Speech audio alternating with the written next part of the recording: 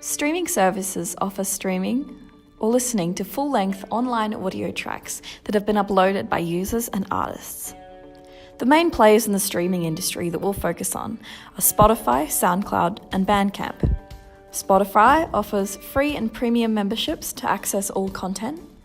SoundCloud works similarly, except producers have a limit in how much they upload. And Bandcamp offers free streaming and paid download of songs or albums. Online audio streaming services have been a game changer for music artists looking to gain exposure. Up-and-coming musicians can upload audio files to Spotify, SoundCloud, and Bandcamp and interact with huge audiences. This is primarily due to optimization of key features of the web in 2018 as it currently stands.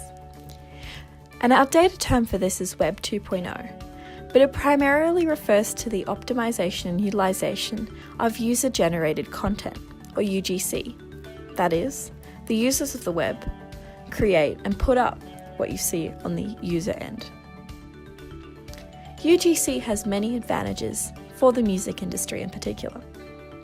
This includes easily shareable and discoverable files using a link, so artists can distribute an easy online access to their music online.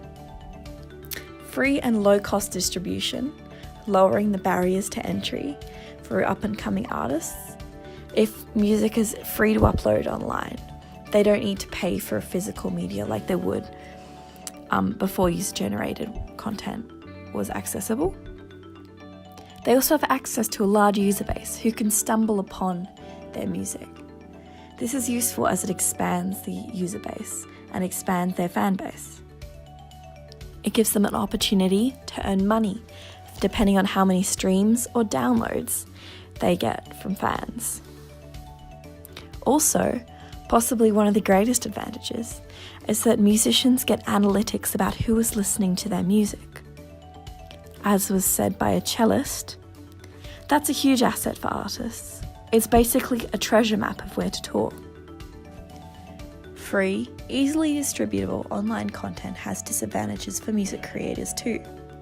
This is primarily due to the obsolescence of physical media and the effects this has on monetizing music.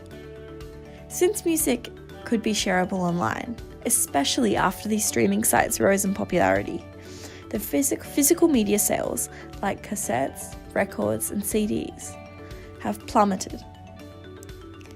This has made it more difficult to monetize music and more difficult for musicians to make a living. The incentive has decreased for consumers to buy a physical album, because why would one buy one album for $10 when you could rent hundreds for $10 for 1 month? Further, bands actually make very little money from streams.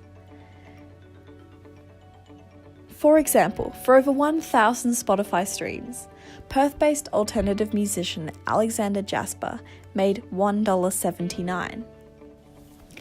If he had half of as many people, 500, buy a physical single, say for $2, he would have made $1,000. Since artists make so little money from streams, it's not conceivably possible to make a living off them, like it would be with albums. Another disadvantage is copyright protection. There's a lack of a governing body when we're looking at what content is actually put up on Spotify, SoundCloud, and Bandcamp. This can lead to the re-uploading of songs and a breach of copyright. For example, a mere search of love story shows hundreds of results, all re-uploading of Taylor Swift's iconic song, Love Story. This is on Spotify. Additionally, since the barrier to entry is so low to publish online music, quality music can get lost in the flood of new, unlistened content. To conclude, Spotify, SoundCloud, and Bandcamp are all online streaming services that focus on music.